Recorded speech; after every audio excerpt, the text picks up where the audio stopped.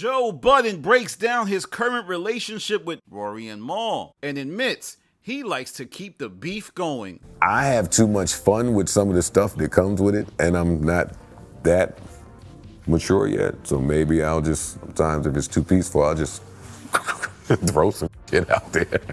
That's right, y'all. On a recent episode of Complex's Idea Generation, Joe Budden joined his former business partner, Complex, to talk about his business model, the things that he likes to do as a creator. But of course, one of the biggest talking points was his current relationship with Rory Mal. Now, this was interesting because we got some insight into how the Rory Mal versus Joe Budden war kept going on. And Joe Budden finally admitted that he likes to keep it going in case there's ever anything that is in case it's too quiet, essentially. And I think he also said that it's the gift that keeps on giving. Now, what does he mean by the gift that keeps on giving? I think he's talking about his own network, but he could also be talking about other channels like this one who talk about the beef at great length. I mean, I've been going for 3 years strong. So this is interesting, and I think it reveals a bigger picture of where Joe Budden might be going, which is essentially admitting that, hey, I don't think this Rory Mal Joe thing is ever going to end, as it makes everybody a lot of money, but also everybody still has issues with each other. People are mad. People are upset. People feel like they were betrayed. Reputations were besmirched, and much, much more. He also goes on to say in this interview that, the reason the Joe Budden Network didn't work is because he just couldn't get along with creators, and he needed to surround himself with people that cared about him.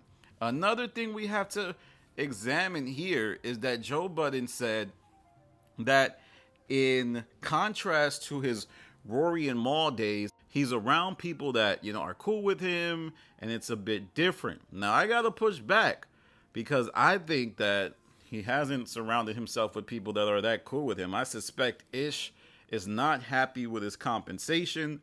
I suspect the same might be true of Imani and others. I think people feel like they're underpaid.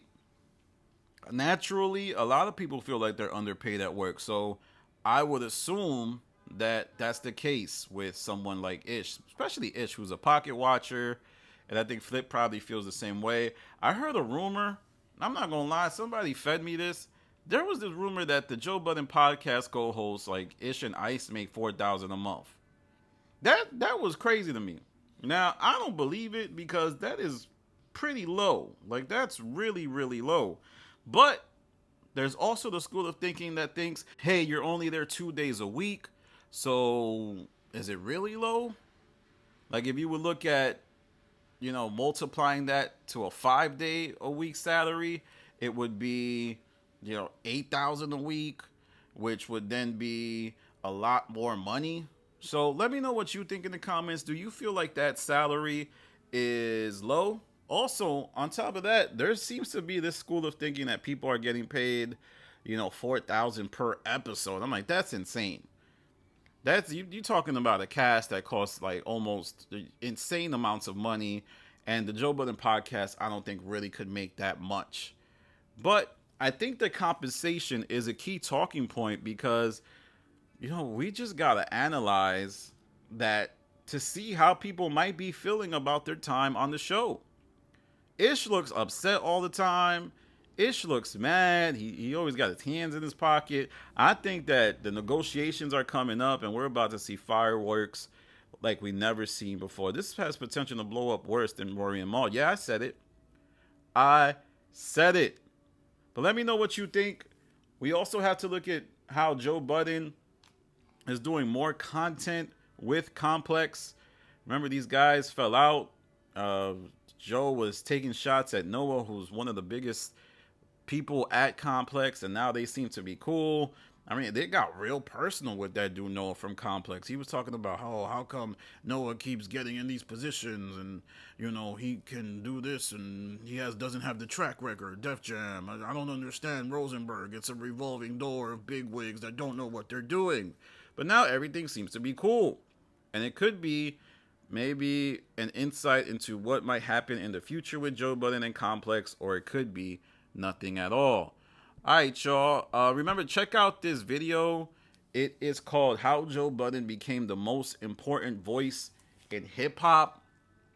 I don't know, man. I really don't know. And I'm interested to see some of the Joe Budden fans. I'm not talking about like the people who just like his pod and are pretty chill, but like the guys who like live vicariously through Joe, like the guys who are probably a couple months or don't pay their child support, and they live through Joe because he kind of reminds them of the struggles that they've been through.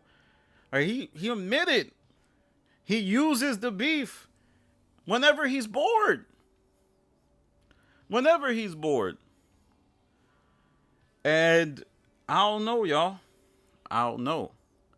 I also wanted to talk about something else that happened. Damaris, she recently, from the Rory Mal podcast, she did a space with me. And she called me out for trying to, get her fired from the Rory Mal podcast when I highlighted that she got a little handsy with Julian. I've been thinking about doing a video about it, but let me know in the comments. Do you feel like I crossed the line when I tweeted out the video of her playfully slapping Julian? Even though I don't think there's such a thing as a playful slap. She said things like, oh, the mic amplified the sound. It sounded very toxic. It sounded very toxic, y'all. Should I do a whole video about it and zoom out? Because my point was, hell, maybe if the whole editing thing doesn't happen, yes, completely fine. But in the light of the editing situation, you got to be careful where your hands go. You got to be careful where that happens. Because it just looks crazy. And then even in that second part, there's a second part where she's like, you got to be careful of the bridges you're building, Danny. You might destroy those bridges. I'm telling you, man, when you make content and you gain the audience, threats might come. And they're not threats. They're not necessarily threats. They're just, hey, watch it, buddy. I might flip on you. I might do something to you. And this is how the manipulation starts. It's not overt manipulation. Lighthearted. Hey, man, build relationships. Watch what you do. Because I'm not him. You know that DMX line? Watch it. So, I think there's a video to be made. I also feel like Damaris' content in general is pretty good because I think she still remains the best voice in podcasting as far as women go in hip-hop podcast. There's really no other equal to her. Now, I know a lot of guys probably don't like her, but the truth is that's just when you are any platform and you talk about your opinions, everybody is going to have a comment or think that you suck. And that goes for you people in the comment section. If you had a podcast, I guarantee you people would think you're corny.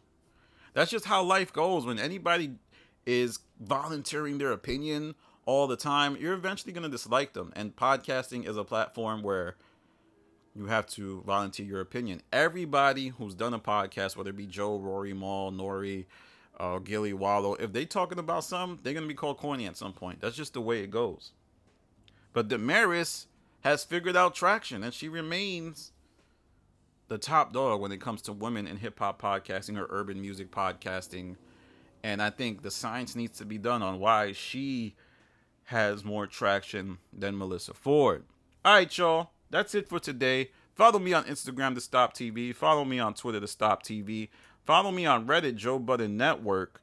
Got a lot of fun stuff going on multiple platforms. I've always wanted to be someone who can succeed on other platforms, and I'm really proud of the traction I gained on Reddit and Twitter. Like, I'm not just someone who's just on YouTube. I'm someone who has traction on multiple sites, and that's really, really hard to do. Like, I don't know if y'all know that. There's people who just stay on one site because it's a lot more easier to manage, but somehow through my Twitter spaces and also the Reddit community that I built, we've been able to do it. Thanks to the stoppers. Salute to everybody.